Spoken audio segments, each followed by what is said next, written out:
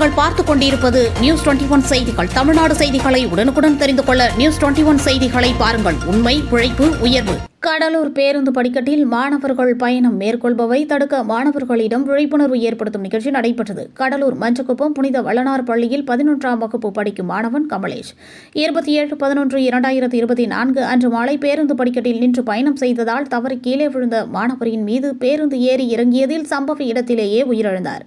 மேலும் இதனைத் தொடர்ந்து கடலூர் மாவட்ட காவல் கண்காணிப்பாளர் ராஜாராம் பேருந்து படிக்கட்டில் மாணவர்கள் பயணம் மேற்கொள்வதை தடுக்க மாணவர்களிடம் விழிப்புணர்வு ஏற்படுத்த வேண்டும் என அறிவுறுத்தலின் பேரில் மேலும் இன்று கடலூர் போக்குவரத்து காவல் ஆய்வாளர் அமர்நாத், கடலூர் புறநகர் காவல் உதவி ஆய்வாளர் பிரசன்னா ஆகியோர் சாலை விபத்தில் மரணமடைந்த கைலாஷின் தந்தை கண்ணதாசன் அவர்களை வரவழைத்து மேலும் புனித வள்ளலார் பள்ளியில் மாணவனின் உருவப்படத்திற்கு மலர் தூவி அஞ்சலி செலுத்தினர். பின்பு சாலை விபத்துகள் மற்றும் சாலைகளில் பாதுகாப்பாக பயணம் மேற்கொள்வது தொடர்பாக சக மாணவர்களுக்கு விழிப்புணர்வு ஏற்படுத்தி அறிவுரைகளை வழங்கினார்கள்.